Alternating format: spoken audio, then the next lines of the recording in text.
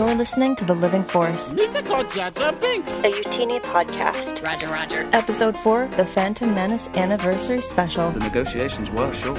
On this episode, Eric, Charles, and Corey look back at The Phantom Menace to celebrate its 20-year anniversary. There's always a bigger fish. Also, the Utini team tests their trivia knowledge, My trick's gonna work on me. Only money.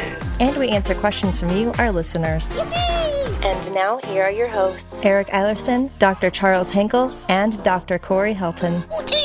Yeah, no, I used to be that way too. I did paper comics all through college, and then even when I got out, I was getting like the trades and the paperbacks and stuff. And I still have a few like giant hardcovers, but honestly, since I've been moving more, and now that I live in Chicago and don't really have closets and stuff, just purely for the storage, the digital is great. Because also, when I get a new issue, I can just click and immediately read the last couple pages of the most recent one.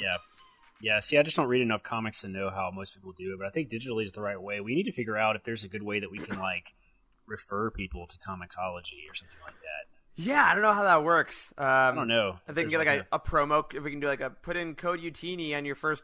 I don't know. Yeah, if that would be really works. cool. There's not an official like affiliate program anymore through them. No. There used to be, but there's not anymore. So I can they have a affiliate, monopoly on it now.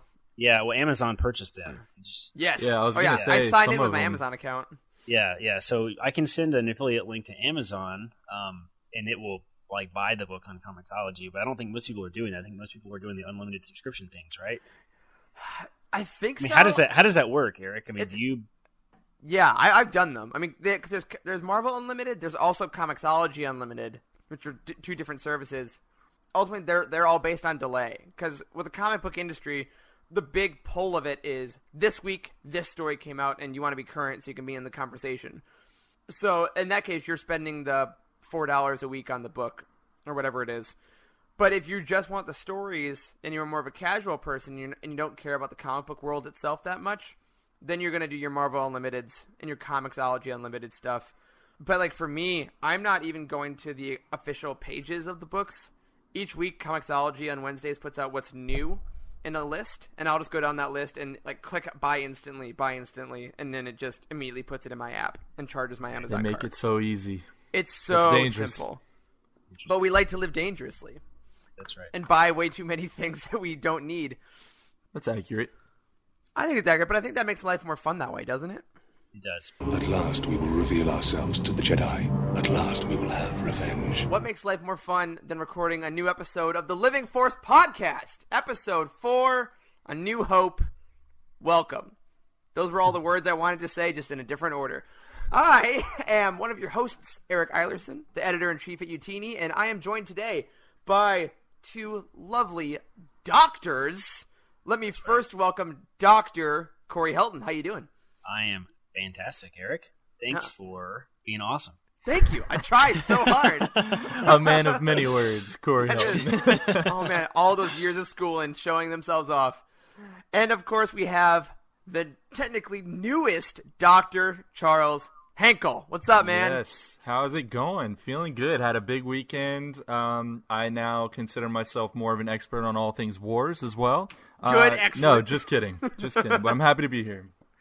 Awesome, man. So, a serious congratulations to the two of you. Corey, we talked about your graduation from medical school on the last episode.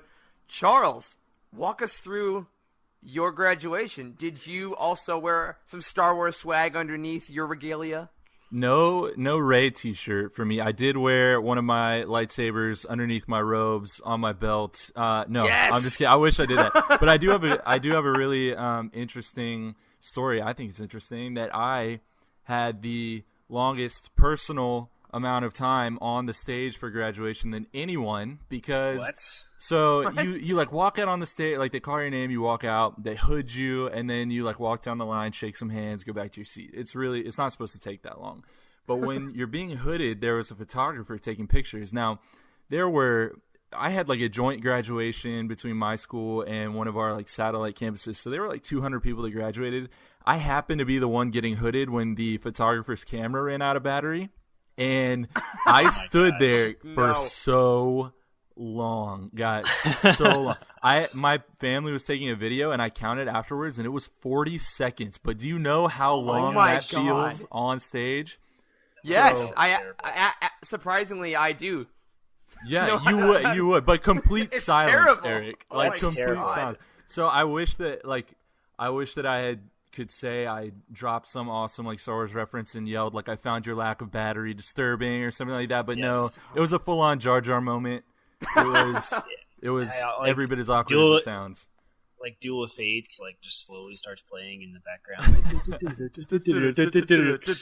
And to be clear, this is a Jar Jar in the movie moment, not necessarily a Jar Jar in the novelization, who is a slightly different character, as we'll get to later in this episode. That's fair. Well, congratulations, man, to both of you. Thank you. It's such a cool milestone. And now you can get back to your actual work, which is at UTini. My week did not have any medical graduations in it, but it did have an awesome Star Wars trivia night. That's better. Yes, it was awesome. I've heard about these bar trivia nights for years. I've gone to general bar trivia with some friends before, but I've never gone to a specialized Star Wars one. And I gotta tell you guys, before I went to this, I felt so much pressure because we have a Star Wars podcast and we work for a Star Wars site, and my And mind's because like, I may or may what not have messaged you and said you better freaking win. Like, if I bombed, it would be shame on my family, on my cow, on literally everything. But luckily, Dishonor to your family. that would have been how I felt forever. But luckily, it went super well. Me and my team, basically me and my buddies who also came out to drink, tied for first place with this team called the Jedi Mind Chicks, who I found out later were the two co-hosts of the Force Toast podcast. Oh, nice. And yeah, they were awesome. It was between us and them for pretty much the whole time, and it ended in a tie at the final round. So the judge, moderator, host said, "All right, you two teams, come down to the front and we'll do a runoff." We went down and he asked us one question. He's like, "This is the one. Here's the question. And only one of you will know this." And it was, who is the wife of Bail Organa? Which is Bria. Yeah. Bria. Yes. Bria? Yeah. So my boy Bail Organa had my back. Was the tiebreaker. But naturally, they knew it as well. So then we went to another question. And the guy was not a Star Wars fan. He's like, wow, okay. Yoda's eyes in the puppet are based on what famous scientist? And what do we think that answer was? Albert Einstein. Eyes? Yoda's eyes. What I have scientist? No idea. Albert Einstein. That's what I said. Einstein? Which Why I are knew. his- Yeah. Why are his eyes based on Albert Einstein? I've never heard that. That's the design. Well, funny enough, I had studied for this trivia, and that was one of the questions in the quiz I took that afternoon. So that Well, his helped. whole face is actually based off the guy that sculpted the mask, right? I can't Oh, remember. I didn't what even his- know that. Yeah, there's some really cool stuff like behind the scenes stuff on DVDs that I've seen. I'd have to look his name up, but yeah, if you look at the guy who sculpted the mask next to the mask of Yoda, it's pretty reminiscent. It's kind of funny. That's Really? Yeah. amazing. That's kinda Why funny, not yeah. shoot your shot, you know? But after that, there were other questions because the guy was getting a little confused and flustered at this point because he expected the trivia to be over, but me and Forrest Toast were just going. He asked how many members are on the Jedi Council. 12. 12. And what was the name of the Geonosian leader in the Clone Wars? Poggle the Lesser. Man. Poggle the that's Lesser. Yeah. And at Poggle the Lesser was the point where the host said, "Okay, you both win." You Yeah. guys know everything. So we tied. It was great. We both got the first prize of like $50 at the bar, which is super cool. And I just wanted to give another huge shout out to Force Toast. I listened to some of their episodes after we went. You can find them on Twitter at Force Toast Pod. Their names are Alice and Laura. Individually, Alice is at Slaya all day, which is awesome, and Laura is at Shut Up Laura, which is great. Yeah, they drink, they talk about Star Wars, they know a ton, and they're so much fun. And I hope that we get to chat with them again in the future of this podcast. So Absolutely. that was my week. It was so much fun. Absolutely loved it. Fear leads to anger. Anger leads to hate. Hate leads to suffering. So other than our personal lives being pretty sweet, Corey, give us our weekly Utini update, which is pretty... I say it every week it's massive, but this week is, I think, just massive on a whole nother scale. Yeah, this week is incredibly massive. I think we are about to release, probably by the time the show releases, it will be like totally public. We're still working out the kinks right now, but this might be like the biggest project like the most involved, time-consuming, multi-team member project we've ever done at UTD, which is getting the comics and graphic novels on the site. That sounds like not a big deal, but if you think about like every single comic book or graphic novel has a whole row in like an Excel sheet. Like you have a title, an author, the writer, the artist, the date it shows up on the timeline. Like there's all this technical information that we gather for all these, and you have to like get the image and download it and format it correctly, make it ready for the internet. I'm having horrible flashbacks, Corey. Stop. Oh man, yeah, it's really really time consuming, and we had like probably I don't know 7 people, somewhere between 5 to 7 people have been working on this for like 2 months or something like that, and we have 728 entries on the website, and they're beautiful. Oh my gosh. Yeah. It's sorry about that clapping there to our editor. I'm sure that just maxed out some stuff, but I thought it deserved applause. Wipe them out.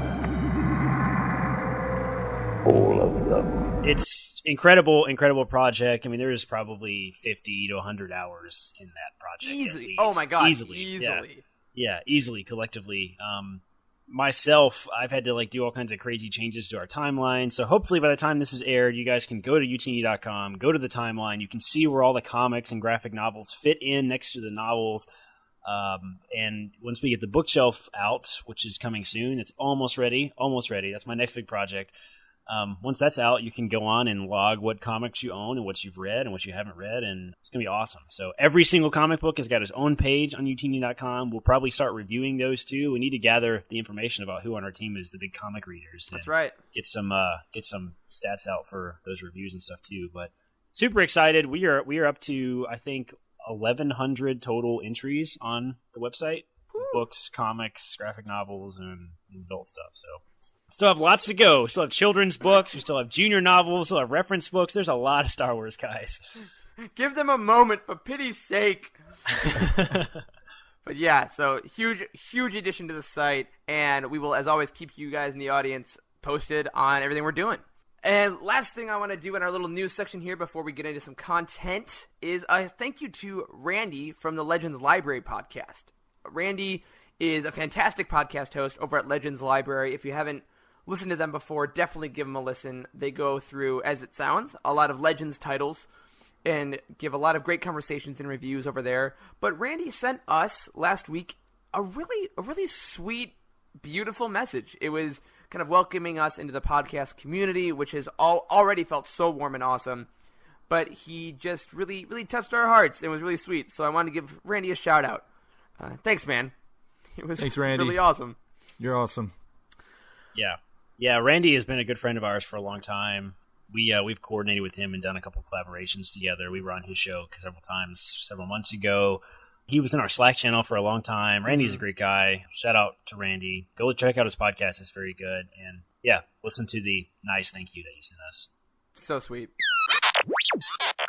As many of you know, and as you and Corey and Charles know because it's in the outline, we are coming up on the 20th anniversary of the Phantom Menace this year. Like, almost to the day. Once this podcast is released, it's going to be a couple days before 20 years. 2 decades of Phantom Menace we've had. And in a little bit, we're going to get into our personal experiences with that movie. But before we do, I wanted to highlight a prequel adventure that has to do with that a little bit that many of you may have already listened to, which is Dooku Jedi Lost by Kevin Scott, the audio drama. We've talked about that a couple times on this podcast before, but now that we've all finished it on this team, we're not going to go into any spoilers. I just wanted us to give our overall impressions of the project, because a couple episodes ago we gave our initial thoughts and some kind of ideas, but now that we're done, Charles, I'll start with you. What was your overall thought about Dooku Jedi Lost? I think for me, it accomplished 2 things. One was making me care so much more about the character of Dooku. He is now one of the more interesting villains I think that we have in Star Wars, with some of the most backstory that we have of anyone, really only second to, I would say, Anakin or Darth Vader himself. So, I mean, that was wonderful. And now when I see him on screen, when I'm watching, Attack of the Clones, like, I actually care a lot more. And of course we got a lot with the Clone Wars. But it added a lot to the actual film. And the second thing was just the entertainment value, because that audio drama with all of those voice actors and all of the background music and the sound effects and everything, it was so much fun to listen to. It's relatively short. Like, I think it's like 7-ish hours. Yeah, and I said it was 9, I think, a couple episodes ago. That was wrong. Did you? Absolutely wrong. Yeah, it's It's a 300 quick and something listen. minutes, I believe, isn't it? Yeah. Something like that. Yeah, it's a quick listen, and it's wonderfully entertaining. It's almost hard to stop listening. So 2 thumbs up for me. Yeah. Corey? Yeah, I'll second that. I loved it. It was very good. It was really cool to follow Master and Apprentice with Dooku Jedi Lost. Yeah. Because they have similar characters, has a very similar feel, and we got a lot of really great sort of new material. Like, for example, most of the there's not a lot of books that deal with a lot of like young Jedi stuff. Like, what's it like to be in the temple and grow up there? And we got a lot of like kind of cool, just friends joking around stuff, and that was awesome. I love that, like, kind of kids, like, you always hear about the Jedi Knights and the adventures, but you don't get a lot of like what the kids are up to, man. Yeah. And it's cool. I liked it a lot. It was very new and very different. The huge cast was awesome. I really liked hearing lots of familiar voices. Almost all of the major Star Wars narrators, I think, were in there that do the audiobook. So it was really cool hearing their strengths and how they would tackle characters. It was great. I liked it. I liked it a lot. If you have read Master and Apprentice, I would definitely immediately pick up Dooku Jedi Lost. I don't think this is one you'd want to miss. And yeah, Dooku is a cool character now. Like, just like we said with Master and Apprentice, like, I didn't really care about Qui-Gon before that book, and I didn't really care about Dooku, I don't think, very much before Dooku Jedi Lost, and now I do. So I liked it. It was worth listening to. It's not like, I don't think I'd give it 10 out of 10. I mean, it's like story-wise, it's really good, but it's not like knock your socks off good. I think the format and how many voices and stuff there were in it definitely make up for any sort of lags in the story. Absolutely. Yeah, I'm going to back you guys up pretty 100%. I loved the kind of Harry Potter, Star Wars-esque stuff we got, which is something that Charles talks about in his full review, which is on the site right now. I loved the fact that we got some personality with Dooku. I feel like he can sometimes be a little two-dimensional evil, and Scott really did a great job writing him very well. As an actor, it was really fun to kind of hear a play kind of going through Star Wars, because I don't get that a lot, cool. And it made me feel like that's something I want to do now. So hey, PRH, anytime you need, I'm here for you. So definitely go check out our full thoughts on Utini about Dooku Jedi Lost. And now we're going to take a quick break to hear from one of our members about their thoughts about their favorite Star Wars book, and then we'll be back with our thoughts about The Phantom Menace. Be right back. Thanks for listening to the Living Force podcast. My name is Jared Mays, and I'm new to the team here at Utini. You can read my first piece for the site, in which I compare Master and Apprentice with the Jude Watson Jedi Apprentice series from the early 2000s. But today, I'm here to tell you about one of my favorite Star Wars books, and it's a book that I snoozed on at first. It's a book that I thought, well, is there really anything that I need to know about this character during this particular point in time? But I couldn't have been more wrong. The book is Kenobi by John Jackson Miller. It's a book that, of course, takes us to a familiar setting that we all love in Tatooine. It gives us a character that we already are so familiar with at a really difficult point in his life, and it fleshes him out in incredible ways. Plus, we get to learn so much more in such satisfying ways about the Tusken Raiders, the Moisture Farmers, and maybe even Krayt Dragons, but I'll try not to spoil anything. It's a book that will totally change the way you view Obi-Wan and episodes 3 and 4, at the very least. I especially want to recommend the audiobook read by Jonathan Davis, who really captures Ewan McGregor's voice perfectly. Welcome back, everybody, to our chat about The Phantom Menace here on The Living Force.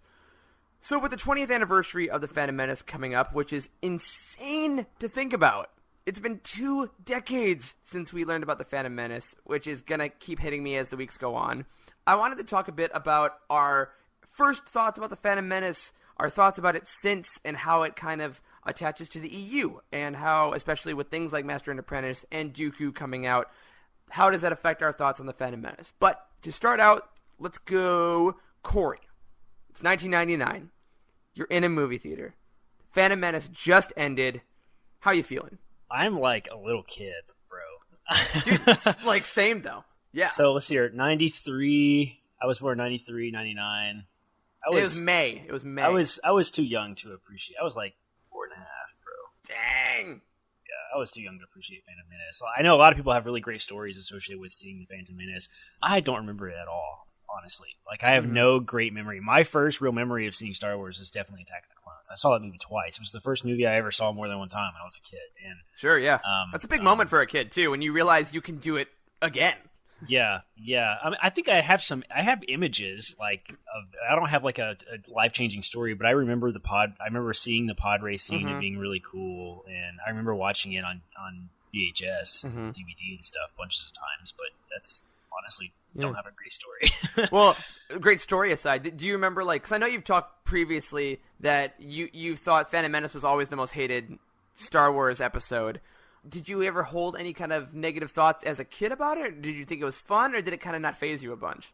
I didn't love it. When Attack of the Clones came out, I remember I just rarely would pick up the Phantom Menace. Even then, I loved Attack of the Clones. I mean, it had that nostalgia feeling for me, I think, as a kid. Yeah. But I didn't go back and watch Phantom Menace over and over again the way that I did Attack of the Clones for whatever reason. Like, I don't really know why. I just didn't. Totally. Charles, what about you? Do you have a better story than that? I'm so the opposite. I am so the opposite. I've said before, I used to like fly through my VHS of the original trilogy when I was a kid, and I remember distinctly my babysitter's husband coming over to the house and telling me that the Phantom Menace was a thing that was going to happen, and I lost my mind. I had just turned 6, I guess. I remember sitting in the theater with my dad. This is a really weird scene to remember, but I distinctly remember to this day Obi-Wan and Qui-Gon jumping out of the ventilation shaft and discovering the Trade Federation army when Obi-Wan makes that really bad joke, and he's just like, "You were right, Master. The negotiations were short." And you're just like, "Oh my God, don't." You mean that awesome joke? Yeah. I'm also realizing, hearing you talk, that I'm very bad at math, and I was definitely not 4. I was definitely 6. Okay, well that's why Dr. I paused Corey for like a Hilton. super long time after. I was like, "Wait, how was Corey 4?" Oh, that's bad. So that's something I remember distinctly, and I was so into it afterwards. Darth Maul, I thought, was the coolest dude. I had all of the action figures. I had the little ones where you had the comm link and you could scan the little plastic thing that came with them, and it would say their lines from the movie. And I remember like Qui-Gon's being like, feel, don't think, trust your instincts. Like if I hear those lines in the movie, I hear it coming out of my little comm link. Like I was all about it. I love that. What about you, Eric? That's what I get for growing up in the boonies of Appalachia. Like, we didn't have Star Wars toys. That's exactly it. Yeah, I'll kind of split the difference with you guys on Phantom Menace. I also don't remember seeing it in the theaters, but I know I did, because I know I had a Jar Jar beach towel. I was the Jar Jar kid. That's my favorite fact about you, I think. That I had a Jar Jar beach towel? Yes. Absolutely. You're still the Jar Jar kid, Eric. Don't kid yourself. Misa?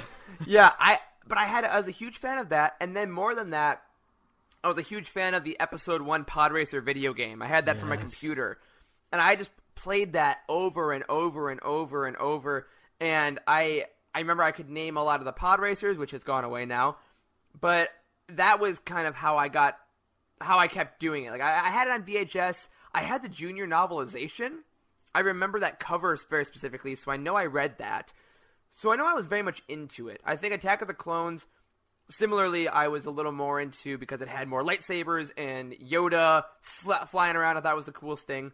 But definitely a positive memory. And then I went through a phase where I was like, oh, it's not cool to like the Phantom Menace, and yeah, it does suck and all that stuff. Yeah, I went through that, unfortunately, as well. Yeah, I think everyone does. But now I feel like we're in such a resurgence with the 20th anniversary, and in a social media age where we can't separate the projects from the people that made them. Like, now as an adult, I realize how much the toxicity about Phantom Menace led to George leaving Star Wars, led to Ahmed Best having suicidal thoughts, led to Jake Lloyd having such a hard life. And now all these dark things have kind of caused the whole fandom, and us specifically, to completely look at the Phantom Menace in a whole new way. And now, when I watch it, it's fun. I have a great time with it. And now, as we'll get into in a second, thinking about things like Dooku and Master and Apprentice and the novelization, which I just finished yesterday, give me a whole new perspective on it. So on that note, was there any kind of EU material for either one of you guys that has really made your Phantom Menace life kind of explode? That has really said, you know what? Now when I watch this, I can't not think about this moment in the EU. I had my biggest example of that is probably what a lot of folks' example of that is the Darth Plagueis book. Yeah. Yep. So there are several books surrounding the Phantom Menace. I just pulled up the timeline because I couldn't think of any of the other ones besides Plagueis. So there's a really great timeline on utini.com you can just go to and check out, see what's surrounding it. Yeah, and so we've renamed this era the Prophecy of the Force era. It's not an official name in Star Wars, I don't think. Lucas had some. They call everything like before the Empire, like Rise of the Empire. And it's like 100-year period. And it's way too long, and that's dumb. So we called this the Prophecy of the Force era because this is like when they're trying to figure out what the prophecy about the Chosen One is and stuff. Yeah. So we thought that was a great name. And we named that before Master and Apprentice and Dooku came out, Yeah, which we are now did. all about prophecies. So Right. I'm not saying that we called our shot, but you could.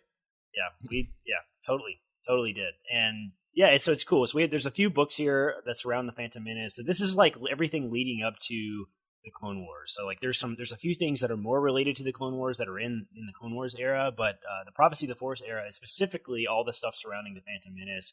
There's Cloak of Deception, a James Luceno book. There's a couple of Maul books, Darth Plagueis. There's the Episode 1 novelization, Rogue Planet, and then Outbound Flight, Outbound Flight is probably one of the more popular ones surrounding this era, but I can't remember what that book is about at all, and that's a Timothy Zahn book. Do you guys remember Outbound Flight? I haven't read it.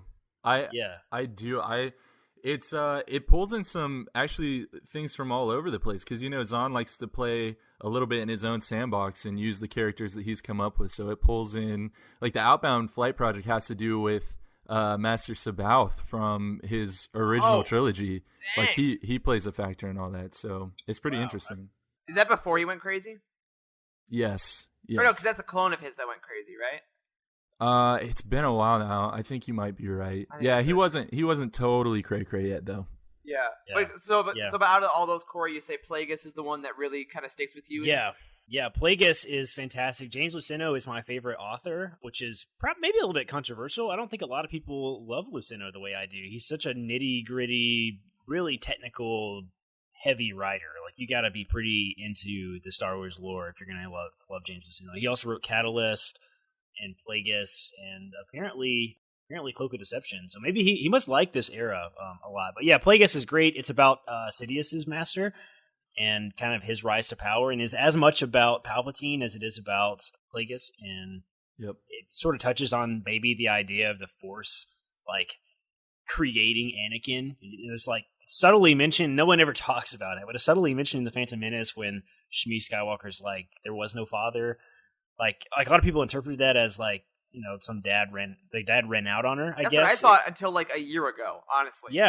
Yeah, right. I think a lot of people have that thought, and Plagueis addresses that. Like, Plagueis was obsessed with midichlorians and like creating life and making you be able to live forever, and he does this crazy dark side ritual thing that's such a manifestation of the dark side of the Force that like the light side of the universe like responds by creating like life itself. So it kind of implies that that's Anakin being created. So yeah, because I'm not the biggest fan of the Plagueis book. It only because I love my like more emotional stories that are a little quicker reads, and Plagueis is definitely an effort, and it is a phenomenal piece of work. But I will agree with you, despite the fact that it's not my absolute favorite, in that it makes Phantom Menace a much bigger deal. Because from the moment we see Palpatine, we're like, this dude just murdered his master. And you know it in every scene. And every smile has that murderous glint behind it. And now knowing kind of how big his plans were and how much he was manipulating literally everything that was happening, it kind of cast this whole shadow over this entire movie. And as I was reading the novelization this week, which is by Terry Brooks, if you haven't read it, the guy who did the Sword of Shannara books, it is a fantastic novelization. It is. One of our team members, Rick, is going to put up his review of it later this week in honor of the anniversary, and we were chatting, and he thinks relatively the same way, that it really takes the story of the Phantom Menace and expands it beyond a script that maybe needed a few more passes to be truly impactful, because the story itself, written in that novel, has a lot of weight.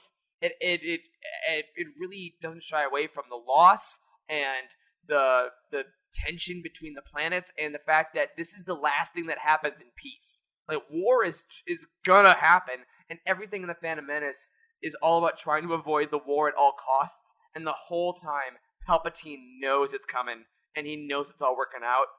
And now that I watched that movie, you can see it in McDermott's performance that he's so in control and he's so creepily calm about it.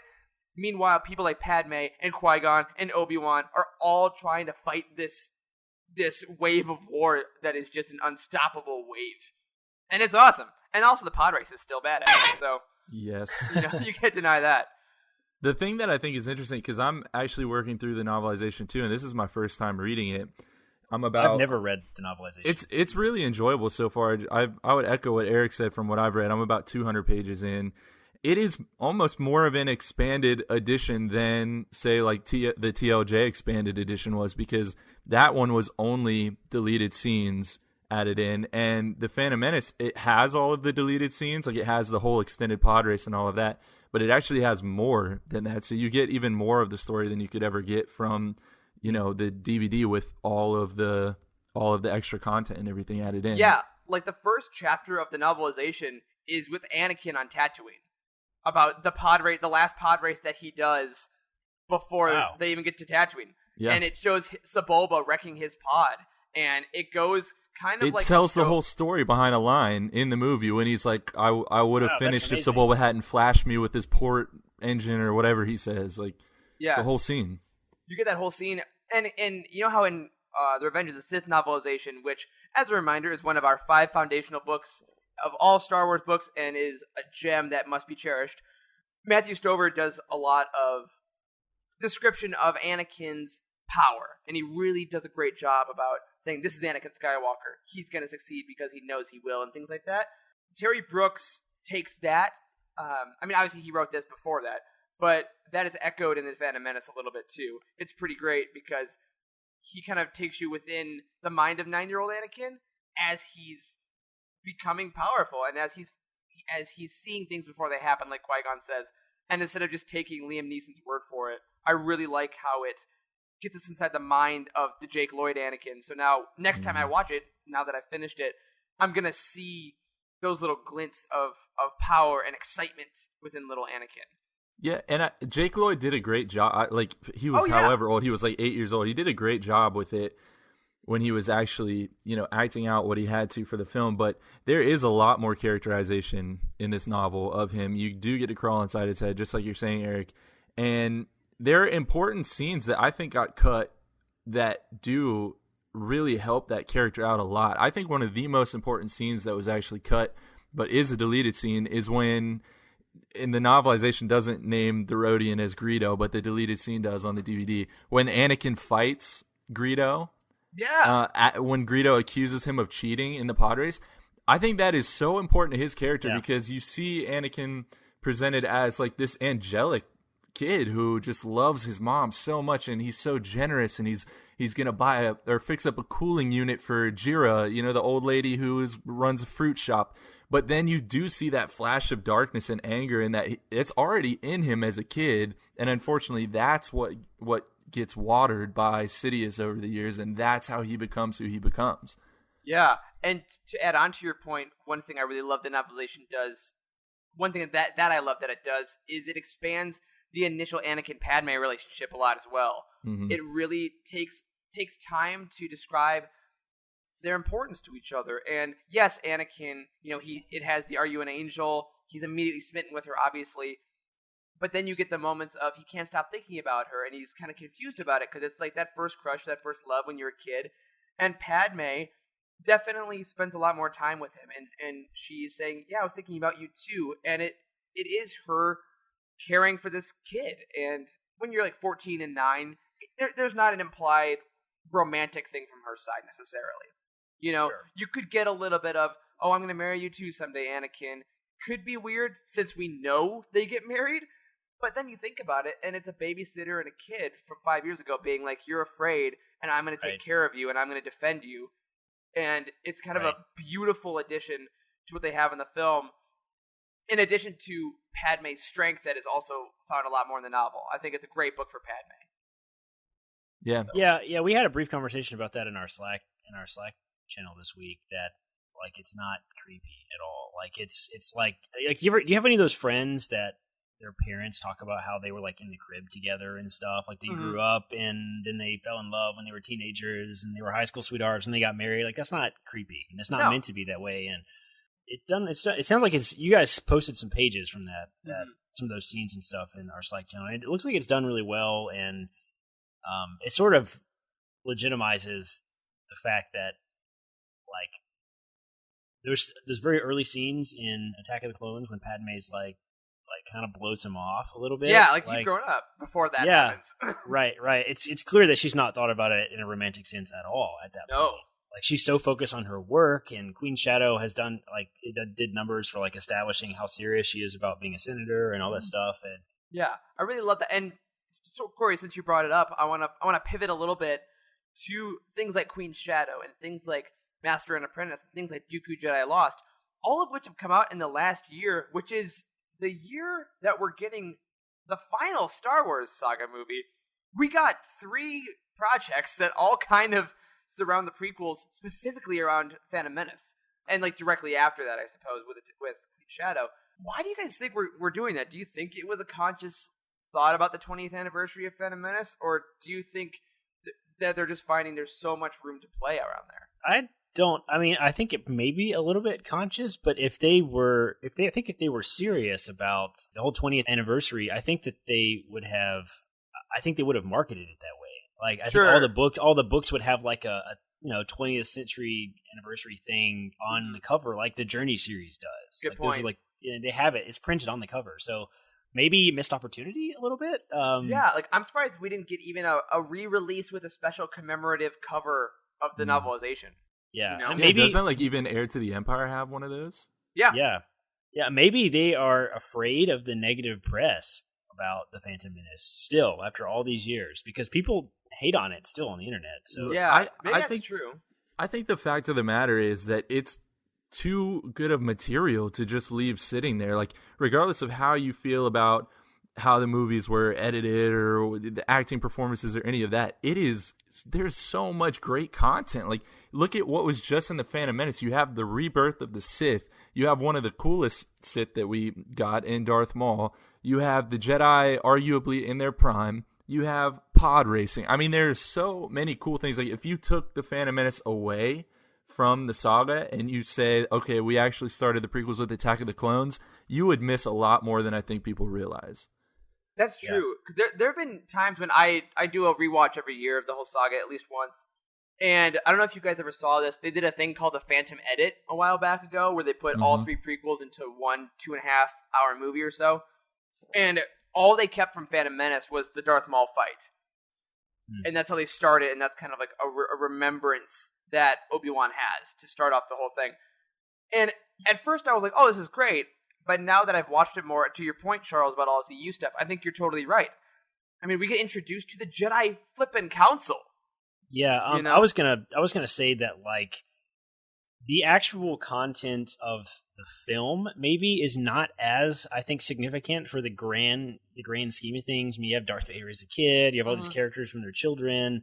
I'd say what the books really do a great job of highlighting, that the movie sort of fails to highlight, I think, a great deal, is like the failure of the Jedi, which we've talked about a lot in the last couple of episodes with the Master and Apprentice. And the Attack of the Clones makes it seem like the Jedi were kind of blindsided by, like, maybe that's the opposite. Like, Attack of the Clones make it seem like the Jedi were not blindsided by Attack of the Clones, by the creation of the army and the huge war that they're suddenly in, but they totally were. And like, they were totally blindsided about it because of how arrogant they become and all the failures and in like sort of integration in galactic politics that they've been doing and stuff. And like, the books have done a great job of really highlighting all that stuff, and like how the Jedi's rise to power is, or the Sith's rise to power is because of the failure of the Jedi. So absolutely. And basically, to put a nice pin in this, because as you all have heard, huge Phantom Menace fans now, from childhood to now, I think that there's been so much content around the Phantom Menace that has expanded it. If you want more Phantom Menace content, if you want to kind of see more of why we love it so much now, we put together a collection over at Utini all about the Phantom Menace, a book collection that will give you the books and stories that you need to kind of expand your love of the prequel era. Hi, this is Timothy Zahn, author of Star Wars Thrawn. You're listening to Living Force Podcast. I want us to move on to an audience question. We have talked about them for weeks. We've always run out of time, but we are going to answer one. As you've said, you can throw these to us at our Discord, at our Twitter at Living Force Pod, at our email, livingforcepod@utini.com. So this week's question comes from Fransuolo on Discord, and he asks us, which 5 Legends books would we elevate to canon status? And we're in the Lucasfilm Story group. We say, hey, we're not going to write new books. We can just take this, get rid of the Legends banner. What are we doing? This is exciting. People talk about this too much. Yes, agreed. They talk about it too much. I think it won't happen. Let's say that to start this. This will not happen. No, it's not ever going to happen unless they take characters. I mean, no one is ever going to say, let's just rip the Legends tag off of a book. That's never going to happen. Stop dreaming for it. We don't need that. No, we don't need it. Like, Legends is great the way it is. It's fine. Let them pull content from Legends. That's our formal, I think, opinion of that at Utini. Thrawn was the perfect way to do it. We didn't just make Heir to the Empire canon. They took the character, made a brand new novel, which is still a great book, and adapted it to the new canon. So I definitely think that's possible. So all that being said, let's talk about. I think there are criteria for this. Can we establish some criteria that would make sense to kind of to just pick the books rather than just naming titles outright? So let's say it can't be something that's already been contradicted. So let's stay out of anything that has the Solo twins. Anything like that, that did not happen. Things that either... At least in canon. In canon, yeah. So things that don't affect the current canon. So let's take those out of the running. Okay. Let's take out any books that are in the middle of a series. So anything that requires additional content necessarily. So let's try to stick to some solo titles if we can. Yeah, I think it has to add to the main saga. I think it does. I mean, Star Wars is as much a saga of Skywalker related stuff. Right. I mean, the tale of the rise of the Sith, the destruction of the Jedi, and Luke being the last one left. I think it kind of has to fit into that a little bit. So, I think that would trying to think what that would even really eliminate. I mean, based on just those two, there's one title screaming in the back of my mind, which I think you'll both unanimously agree with, is Kenobi. The John Jackson Miller book. I think that's a go-to answer for these. If you haven't read it, it's one of our foundational books. It is a tremendous space western starring Obi-Wan Kenobi in his time between Revenge of the Sith and New Hope. Mm-hmm. It is what a lot of people have been kind of clamoring for to be the basis for the Kenobi movie or series that we want. Mm-hmm. And it doesn't contradict anything in canon as of right now. It's connected enough to the saga, yet separate from any other major characters. It has a bunch of new characters that could be a lot of fun that has the backing of Tatooine and of Obi-Wan. So I think that is a no-brainer. Would you guys agree? Are you voting that in? Absolutely. It was the number 100%. One thing on my mind. All right. Yeah, I would totally say it. Kenobi fits in perfectly, and it tells his story beautifully. So that's number 1, Kenobi. What else are we thinking? I was going to say merge the Bane trilogy into one. We'll say it's one book, but merge it into the story of Bane. Merge it into one entry in R5. Darth Bane established the rule of 2, which is why Sidious became as powerful as he was. So it meets my criteria of fitting into the grand scale. And he's been mentioned in canon already as existing, and we got that little Bane ghost thing in Clone Wars. So it was deleted. Was that still there, or was that a deleted scene? No, it's in the deleted. I'm thinking of Revan. Yeah, God, they almost brought Revan into Clone Wars. I can't. Yeah. Oh my God! Don't bring Revan to canon. Ooh, okay. It'd be too confusing. Yeah, that's controversial as hell, I'm sure. But I don't think they should bring Revan to canon because he doesn't add anything to the main story. He's a cool character, but I don't think that his story is important for the grand scheme of things. I don't think it is. Man, it's got a little warmer in here with that hot take. All right. So, KOTOR is amazing. Yes. Let's right. clarify that Yes. Revan's story is really great. Some of the books that were surrounding the Old Republic MMO game, I would argue, hurt his character a great deal because it got so convoluted. But sure. Yeah, I don't think he. But Bane we can agree on for sure. I read the Bane trilogy for the first time this year. Some of the Force powers alone in that are so objectively terrifying that I think they'd add to his legend. So, all right, Bane, congratulations, you did it. You're in the UTD canon. So we got Kenobi, we got Bane. I think we have already touched on it, so we don't have to spend too much time on it. But I think Darth Plagueis would fit in really well. It does what, Corey, you're saying it needs to, where you learn a lot more about Sidious and his rise to power. I mean, the story of Plagueis is literally told in the film, so it fits in really well. The way it was written, it doesn't contradict anything that we know, so I think we could get that story in there as well. I like that. Yeah. I'm looking through our timeline here. Almost all of it, a lot of the stuff that takes place after the films, I mean, you can't really even consider because it's got so much contradicting story in it. I mean, that's really the big break in, I think, canon and Legends is after Return of the Jedi, because it literally splits off entirely. So yeah. Have you guys read the other books surrounding Revenge of the Sith, like that are unofficially named as the Dark Lord trilogy? Oh, the Labyrinth of Evil and the Dark. What is that? It's on my bookshelf. Dark Lord, The Rise of Darth Vader. Yeah, Dark Lord. Have you guys read those? Yes, not yet. and I'm excited. They're both fantastic. Yeah, I really enjoy those. Yes, Dark Lord and what's the other one? Labyrinth of Evil are both by my boy James Luceno. Yep, that's right. All right. Well, Charles. So Corey, sorry. Have you read them?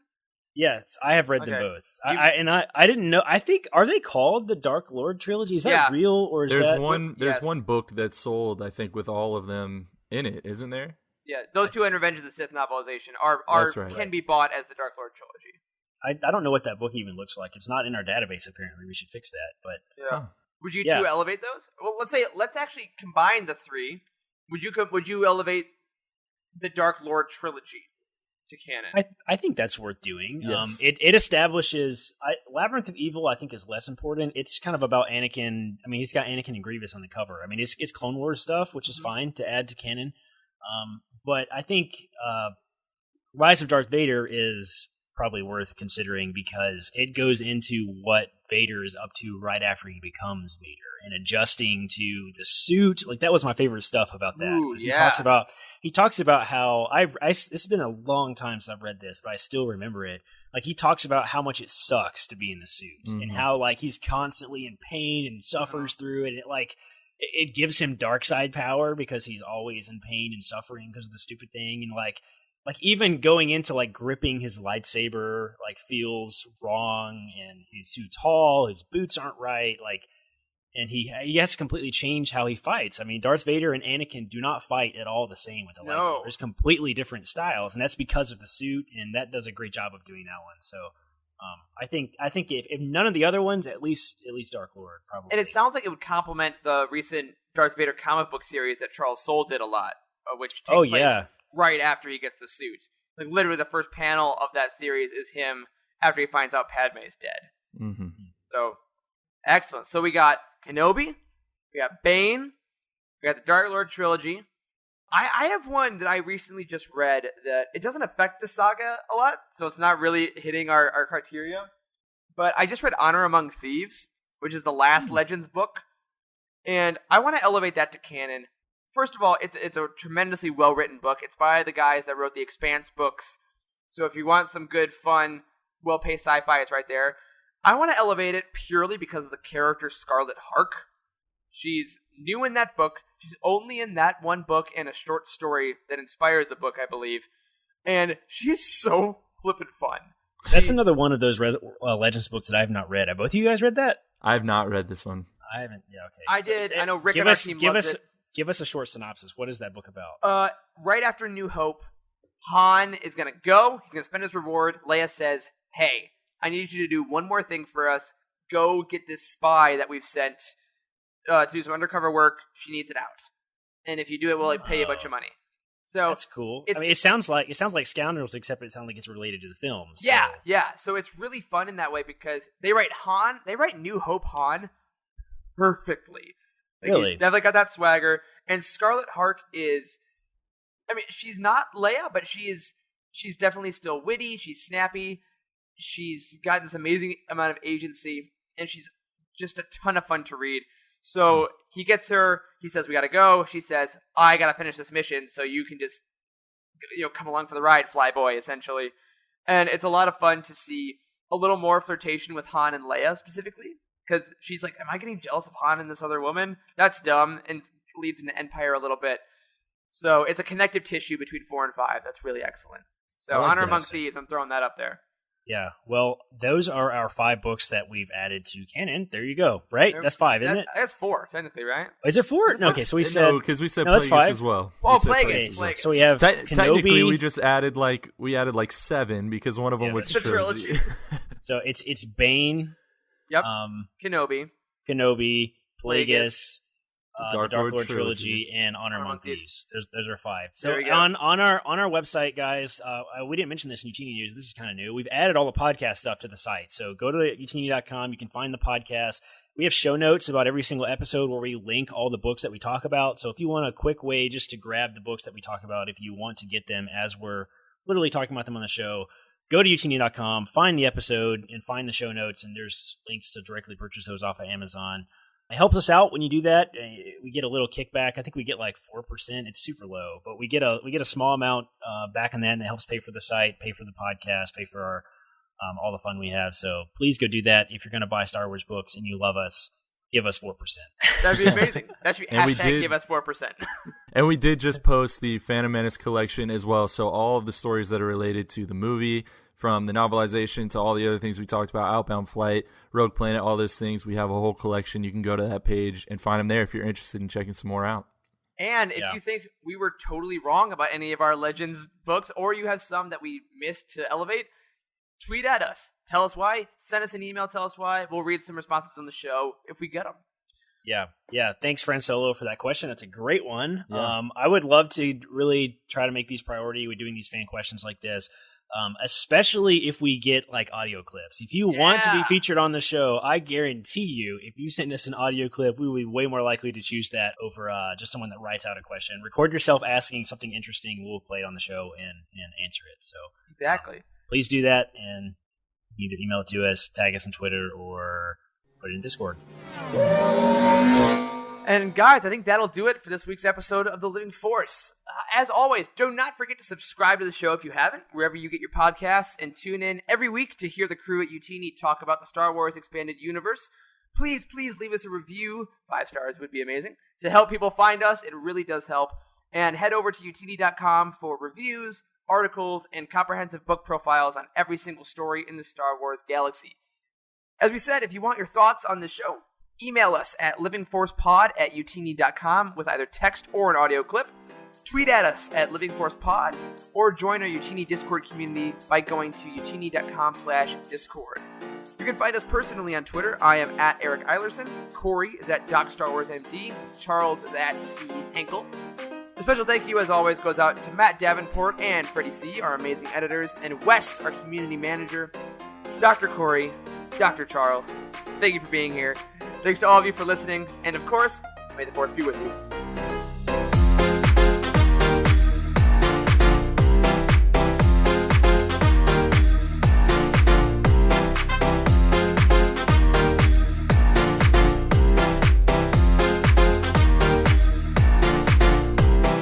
There is no hatred.